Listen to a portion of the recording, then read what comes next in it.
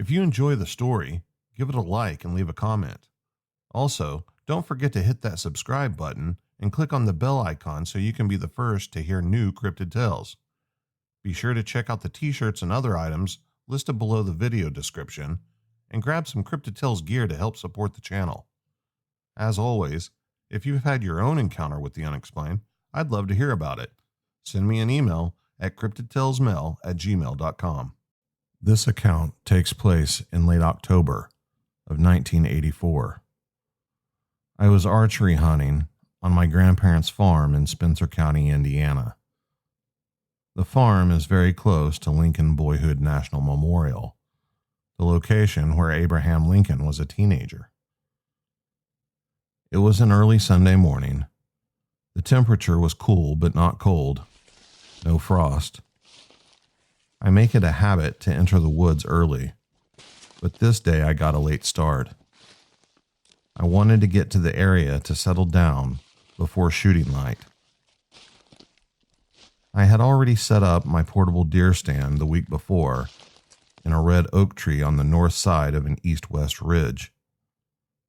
There was a deer run going along an old logging road from my right to left. My stand was about 15 feet south of the run. I had a portable climbing stand in the tree. I creeped into the woods as quietly as possible. I always used an Army surplus 2D cell flashlight.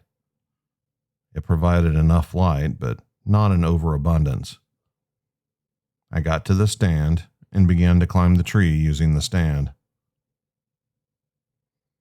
The only fault of this design is that it made a terrific amount of noise when climbing. It couldn't be avoided. It was really loud, and I knew everything in the woods could hear me.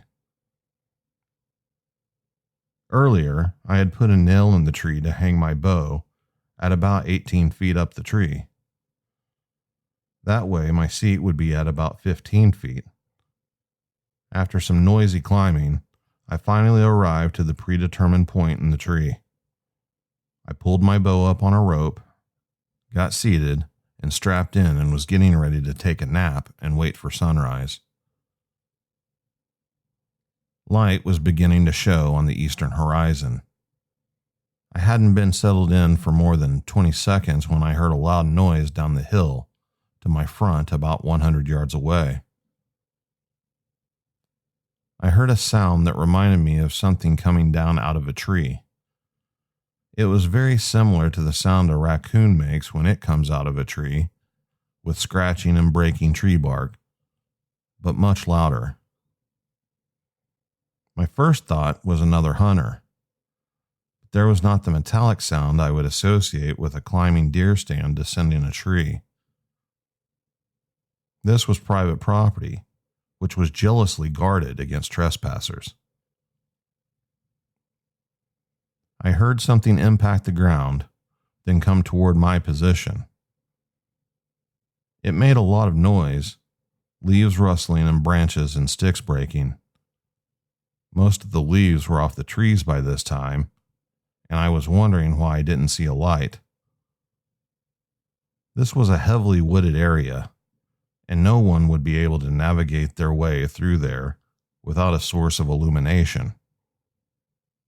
It kept walking directly toward my position, and at about 40 yards, I could hear heavy breathing as well as the breaking branches and leaves. Still, no light was to be seen. I was beginning to transition from curiosity to fear. Though it was illegal at the time, I carried a handgun while archery hunting. I turned 21 that May and purchased a Colt Combat Commander in .45 ACP. I drew the weapon. It was an 80 series model 1911 and could safely be carried in condition 1, hammer back on a live round, thumb safety engaged.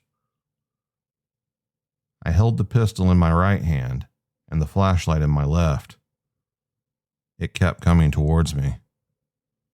The breaking of branches had stopped, but the heavy breathing continued. Though it was a moonless night, my eyes had somewhat adjusted to the ambient light.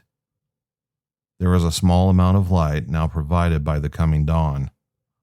I could now make out a vertical form that now entered the deer run. It was no man. It was about 6.5 to 7 feet tall. But what was amazing about the form was the immense bulk. It had the bulk of a refrigerator or a washing machine. It was huge. It was covered with very long hair.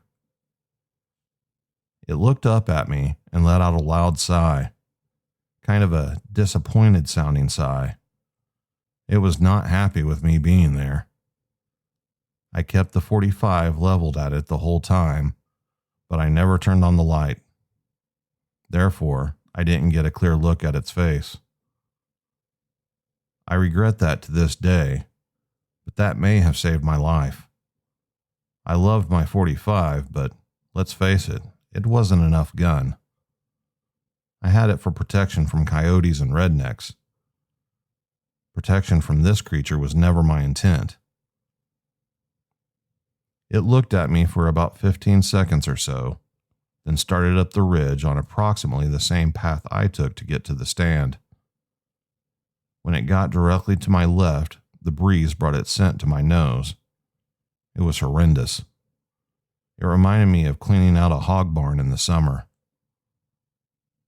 It continued to walk over the ridge behind me, making noise with rustling leaves, breaking branches, and heavy breathing. Finally, I couldn't hear it anymore. As soon as there was more light, I got out of the tree and left the woods as quickly as I could, by a different route than I had used to walk in that morning. I got to my car and retrieved a Ruger Mini 14 that I carried. I was initially going to go look for sign of the creature, but thought the better of it. What really threw me off all these years on what I saw was the very long hair on the creature. I knew it was a Bigfoot, but the hair was so long. It was nothing like the Patterson film creature. Well, I went along with my life. I bought my own farm in Kentucky about 30 miles east of Land Between the Lakes. I still hunted and managed my property for wildlife. My son thought I was paranoid because I was always heavily armed in the woods, and I made him carry a weapon. But he wasn't there that day. I always carried an AK-47 or AR-15 in addition to a deer rifle or turkey shotgun. Recently, my son got me started listening to podcasts, and I caught an episode of one about Bigfoot. The hosts were explaining the different types of these creatures that people report seeing. One of them referenced the book Them and Us. I went on the internet and looked up the book. There were pictures posted, and in one of the pictures, there it was, the creature I saw. I guess I wasn't crazy after all. Apparently, a lot of people in the South report seeing creatures just like the one I had seen. I had not come across anything else in the intervening 34 years to make me think of Bigfoot activity until the last several weeks of 2018. On Sunday, December 2nd, I was deer scouting for the upcoming late muzzleloader season. I got back to my truck after dark and was looking at the stars. It was very peaceful. I was in a creek bottom between two large ridges. On the ridge to the east, I heard a large canine howl. There are no houses in that area, so I'm pretty sure it wasn't a large dog. I have heard that type of howl around here before. Probably a coy wolf or a red wolf coyote mix. We have these animals in the area. It was approximately half a mile away. Immediately, it was answered by a very strange vocalization to its south on the same ridge. It definitely wasn't canine. It was approximately 3/4 mile from my location. It only vocalized for about 20 seconds or so. I have never heard a sound like that before. Half howl, half scream. I went to the truck and fetched my 12-gauge riot gun, loaded with 3-inch buckshot loads. I left for home about 15 minutes later, having only additionally heard a pack of coyotes to the west. The next Sunday evening, I was hunting in the evening and skipped on a couple of does. I got to the truck after dark and listened for a while. I wanted to see what I could hear. It was overcast, so no stargazing. After a little while, I heard a whistle coming from a pine thicket to the south. It was about 80 yards away. I gripped my 12-gauge tight. I whistled back to it, and after 10 or 15 seconds, it whistled back to me. This went on 5 or 6 times over the next 10 minutes. The notes went up and down the scale and mimicked my notes roughly. After this exchange, I forced myself to stick around another 30 minutes, just to show I wasn't scared off. The next Sunday, I hunted in the evening again with a friend. After dark, we were back at the truck and listened. The moon was half waxing, so there was some light. I kept hearing movement off to the west, about 75 yards away. I was sitting on the tailgate of the truck. After a while, I heard something near the front of the truck. I walked around to the front, and something large bolted away. I switched on a headlamp I was wearing and lifted the shotgun, but saw nothing. The friend I was with swears that they saw an upright form on 2 legs, 5 to 6 feet tall. We decided to leave right then. On February 1st, I was working on the farm, and at sunset I decided to start a fire and just listen. Around 6 p.m., I heard a whoop to the south, maybe half a mile away. Within a few seconds, it was answered by another whoop in a different area, but roughly south.